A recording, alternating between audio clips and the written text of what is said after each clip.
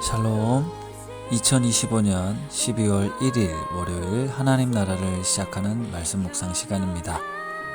2025년이 시작한 게 엊그제 같은데 오늘 12월의 첫날이 되었습니다. 특별히 12월은 대림절 기간인데요. 예수님의 오심을 기다리는 시간, 우리 성도님들의 삶에 소망의 주님이 임하시기를 기도합니다. 오늘은 작년 이순 이한수 집사님께서 느헤미야 10장 28절에서 39절까지 말씀을 봉독해 주시겠습니다. 하나님의 말씀을 경청하십시오. 그 남은 백성과 제사장들과 레위 사람들과 문지기들과 노래하는 자들과 느디님 사람들과 이방 사람과 절교하고 하나님의 율법을 준행하는 모든 자와 그들의 아내와 그들의 자녀들 곧 지식과 총명이 있는 자들은 다 그들의 형제 귀족들을 따라 저주로 맹세하기를 우리가 하나님의 종 모세를 통하여 주신 하나님의 율법을 따라 우리 주 여호와의 모든 계명과 규례와 율례를 지켜 행하여 우리의 딸들을 이 땅 백성에게 주지 아니하고 우리의 아들들을 위하여 그들의 딸들을 데려오지 아니하며 혹시 이 땅 백성이 안식일에 물품이나 온갖 곡물을 가져다가 팔려고 할지라도 우리가 안식일이나 성일에는 그들에게서 사지 않겠고 일곱째 해마다 땅을 쉬게 하고 모든 빚을 탕감하리라 하였고 우리가 또 스스로 규례를 정하기를 해마다 각기 세겔의 3분의 1을 수납하여 하나님의 전을 위하여 쓰게 하되 곧 진설병과 항상 드리는 소제와 항상 드리는 번제와 안식일과 초하루와 정한 절기에 쓸 것과 성물과 이스라엘을 위하는 속죄제와 우리 하나님의 전에 모든 일을 위하여 쓰게 하였고 또 우리 제사장들과 레위 사람들과 백성들이 제비뽑아 각기 종족대로 해마다 정한 시기에 나무를 우리 하나님의 전에 바쳐 율법에 기록한 대로 우리 하나님 여호와의 제단에 사르게 하였고 해마다 우리 토지 소산의 맏물과 각종 과목의 첫 열매를 여호와의 전에 드리기로 하였고 또 우리의 맏아들들과 가축의 처음 난 것과 소와 양의 처음 난 것을 율법에 기록된 대로 우리 하나님의 전으로 가져다가 우리 하나님의 전에서 섬기는 제사장들에게 주고 또 처음 익은 미레가루와 거제물과 각종 과목의 열매와 새 포도주와 기름을 제사장들에게로 가져다가 우리 하나님의 전에 여러 방에 두고 또 우리 산물의 11조를 레위 사람들에게 주리라 하였나니 이 레위 사람들은 우리의 모든 성읍에서 산물의 11조를 받는 자임이며 레위 사람들이 11조를 받을 때에는 아론의 자손 제사장 한 사람이 함께 있을 것이요 레위 사람들은 그 11조의 10분의 1을 가져다가 우리 하나님의 전 곳간의 여러 방에 두되 곧 이스라엘 자손과 레위 자손이 거제로 드린 곡식과 새 포도주와 기름을 가져다가 성소에 그릇들을 두는 골방 곧 섬기는 제사장들과 문지기들과 노래하는 자들이 있는 골방에 둘 것이라. 그리하여 우리가 우리 하나님의 전을 버려두지 아니하리라. 느헤미야는 3차 포로귀환 후에 예루살렘 성벽을 재건하고 공동체를 영적으로 회복시킨 훌륭한 지도자였습니다. 그는 기도하는 리더였고 성벽 재건이라는 사업을 훌륭하게 성공시켰으며 내부적 갈등과 문제들 역시 회복적 정의의 관점으로 공동체를 회복시켰습니다. 그리고 에스라와 함께 영적 개혁을 추진했죠. 성벽 재건이 끝난 이후에 에스라와 느헤미야는 율법을 낭독하며 그 의미를 가르쳤습니다. 그리고 백성들은 하나님의 말씀 앞에 회개하며 결단하는 모습을 보여줍니다. 회개는 단순히 잘못을 뉘우치는 것이 아닙니다. 회개는 새로운 삶으로의 변화를 가져옵니다. 오늘 본문에서 말씀 앞에 결단하는 모습을 이스라엘 백성들이 보여주는데요. 구체적으로는 이방인과 결혼을 금지하고 안식일과 안식년을 지키기로 결정합니다. 성전 유지를 위해 해마다 3분의 1 세겔을 바치기로 했고 토지 소산의 만물과 각종 과목의 첫 열매를 하나님께 드립니다. 그리고 율법에 기록된 11조 계명을 지키기로 하죠. 그리고 31절에 보면 우리가 우리 하나님의 전을 버려두지 아니하리라 라는 말씀이 나옵니다. 이런 이스라엘 백성들의 결단이 너무나 귀합니다. 그런데 좀 죄송한 말씀이지만 처음 이 본문을 읽으면서 그냥 대수롭지 않게 넘겼습니다. 왜냐하면 당연한 이야기라고 생각하기 때문이죠. 우리는 하나님의 율법을 따라 여호와의 모든 계명과 규례를 지켜 행해야 한다는 말씀을 너무 잘 알고 있습니다. 그런데 이 당연한 말씀이 이스라엘 역사에서 제대로 시행된 적이 거의 없습니다. 그러니까 율법의 계명일 뿐 그대로 지키는 건 쉽지 않다라고 생각하는 거죠. 또한 종교개혁 이후에 오직 믿음, 오직 은혜를 강조하면서 행위로 의롭다함을 얻을 수 없다고 강조하다 보니까 이런 율법적 행위들의 그 무게를 좀 가볍게 생각하고 우리는 그 정신만 잘 지키면 된다라고 여겼습니다. 저도 어떤 이런 율법적 행위들을 조금 가볍게 여기는 마음이 있었습니다. 그런데 습관이 영성이다라는 책에 보면 이런 구절이 나옵니다.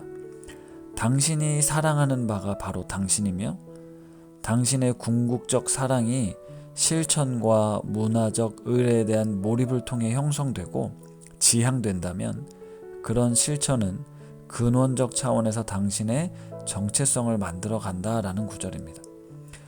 이 책의 원래 제목은 당신이 사랑하는 것이 바로 당신이다 라는데요. 이 책의 저자는 의례의 중요성을 강조합니다. 그러니까 이 율법의 계명을 따라 실천하는 것이 매우 중요하다라는 건데요. 오늘 이방인들과 결혼하지 않겠다, 안식일에 물건을 사고 팔지 않겠다, 일곱째 안식년에 땅을 쉬게 하고 빚을 탕감해주고 성전을 지키고 절기를 지키는 행위들이 어떤 우리의 정체성을 만들어간다는 말씀입니다. 오늘날 우리는 어떤 종교적 삶의 반복으로 인해서 그런 것들이 많이 무뎌져지고 식상해 버렸지만 이런 종교적 의식들, 행위들의 의미와 가치를 가벼이 여겨서는 안 된다는 것이었습니다. 그러니까 오늘 느헤미야와 에스라를 통한 어떤 신앙적 회복 운동이 당시 유대인들에겐 너무나 귀한 시간이었고 그들 모두는 진심으로 결단을 했습니다. 하나님의 살아있는 말씀 앞에 모두가 결단한 것이죠. 굴복한 것입니다. 물론 살아가면서 또 실패하고 율법을 지키는 게 쉽지 않음을 경험했겠지만 이런 의식과 결단이 결코 무의미한 행동이라고 볼 수는 없다는 것입니다. 오늘 28절과 29절 말씀을 제가 세 번역으로 한번 읽겠습니다. 이 밖에 나머지 백성 곧 제사장과 레위 사람과 성전 문지기와 노래하는 사람과 성전 막일꾼과 주님의 율법을 따르려고 그 땅의 여러 백성과 인연을 끄는 모든 이들과 그 아내들과 그들의 아들 딸들과 알아들을 만한 지식이 있는 이들 모두가 귀족 지도자들과 함께 하나님의 종 모세가 전하여 준 하나님의 율법을 따르기로 하고 우리 주 하나님의 모든 계명과 규례와 율례에 복종하기로 하였으며 그것을 어기면 저주를 받아도 좋다고 다음과 같이 맹세하였다 라는 말씀입니다. 알아들을 만한 지식 있는 이들 모두가 이 율법을 따르기로 결정한 것이죠. 우리는 오늘 이 말씀 앞에 내가 하나님을 얼마나 사랑하는지 그리고 그 사랑하는 하나님의 말씀을 내가 얼마나 순종하려고 하는지 돌아보아야 합니다. 그리고 그렇지 못하다면 다시 그 말씀에 순종할 것을 결단해야겠습니다. 매일 그리고 매주일 우리는 우리의 신앙을 돌아볼 수 있는 시간이 있지 않습니까? 그때마다 우리 삶의 우선순위를 주님께로 주님의 말씀을 듣고 지키는 것으로 결단하고 헌신할 수 있는 우리 우신 가족들 되시기를 바랍니다. 기도하겠습니다.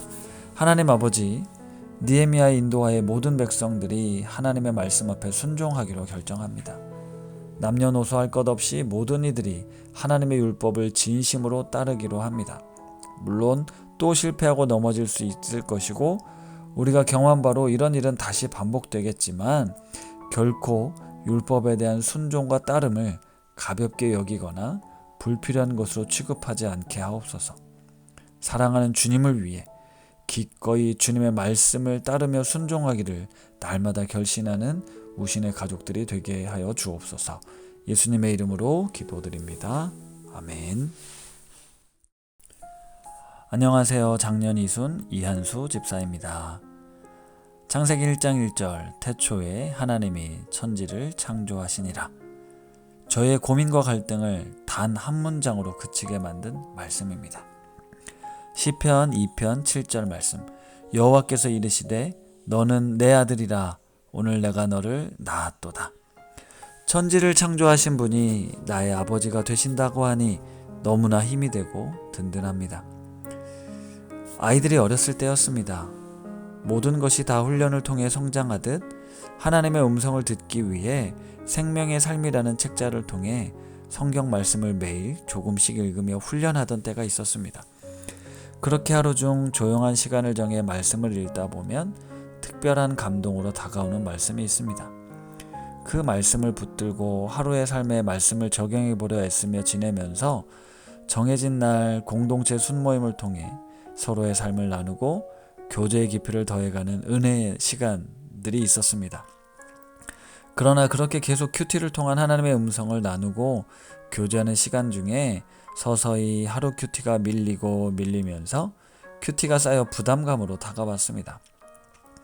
그렇게 시간이 지나며 저의 특유의 게으름으로 하루 말씀 페이지가 계속 밀리기 시작합니다.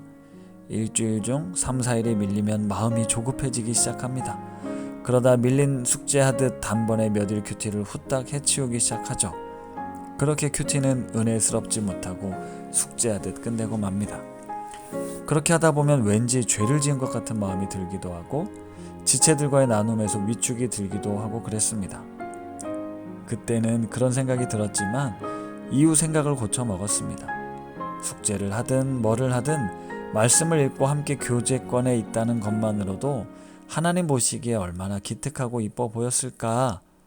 보이지 않는 뚜렷하게 들리지 않는 음성을 들으려고 참 애쓴다 기특해 하시지 않으셨을까요? 저는 하나님의 마음과 생각을 잘 분별하기 위해 아버지와 자식 관계에서 많이 생각해 보는 편입니다. 어떤 상황이나 사건에서 판단이 잘 안 설 때 아버지 된 내가 아이들에게 향한 마음이 어떤지, 아이들의 생각을 어떤 마음으로 바라보고 있는지 등등. 물론 성경 말씀에 벗어나는 일이 없게 말씀도 보려고 애쓰고 있습니다. 잘 안 돼서 그렇지만. 우리 아이들이 초등학교 다닐 무렵 하필 주일 아침 부부싸움을 했습니다. 교회 가야 하는데 부부싸움을 했으니 부부가 다정스럽게 교회 가고 싶겠습니까? 저는 애들만 데리고 차를 탔습니다. 차를 타고 교회로 향하는데 왠지 예배 드리는 것이 부담이 되었습니다. 부부싸움을 하고 무슨 염치로 예배를 드리는 것이냐고 귓가에 누군가 얘기하는 것 같았습니다. 하여 방향을 틀어 근처 저수지로 향했습니다. 그곳에서 애들과 시간을 보내고 불편한 마음으로 집으로 돌아온 후 생각해 보았습니다. 예배를 드리는 단정한 모습도 중요하지만 거칠고 헝클어진 모습 또한 하나님은 나무라지 않고 그 모습 그대로 아버지 앞에 나가는 것 또한 예배라는 생각이 들었습니다. 아이들이 부모 앞에 늘 반듯할 때만 이쁜 것이 아니라 상처 입고 실패해도 때로는 불순종해도 가슴으로 다 포용할 수 있는 것이 부모의 마음일 것입니다. 그 후로는 어떤 일이 있어도 뻔뻔한 마음으로 예배 자리에 나아가고 있습니다.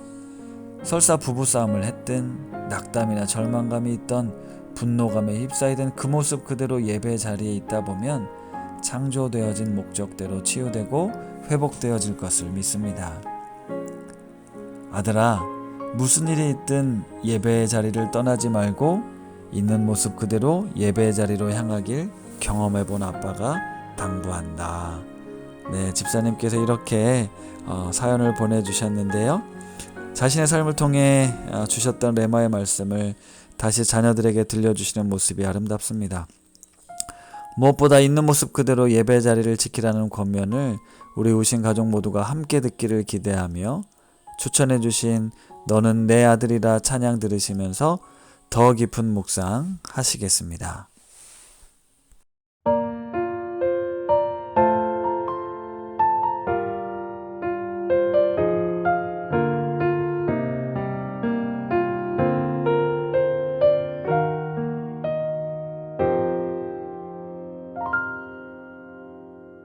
힘들고 지쳐 낭망하고 넘어져 일어날 힘 전혀 없을 때에 조용히 다가와 손 잡아주시며 나에게 말씀하시네.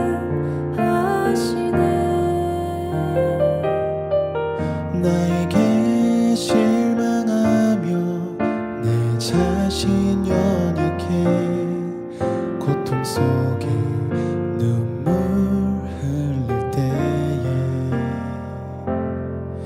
못자국 난 그 손길 눈물 닦아주시며 나에게 말씀하시네.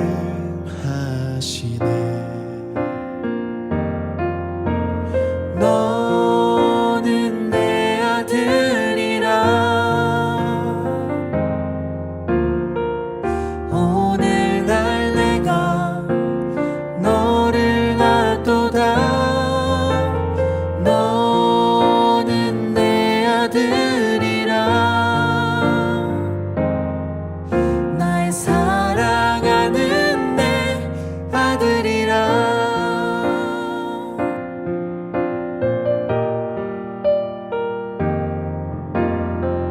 힘들고 지쳐 낭망하고 넘어져 일어날 힘 전혀 없을 때에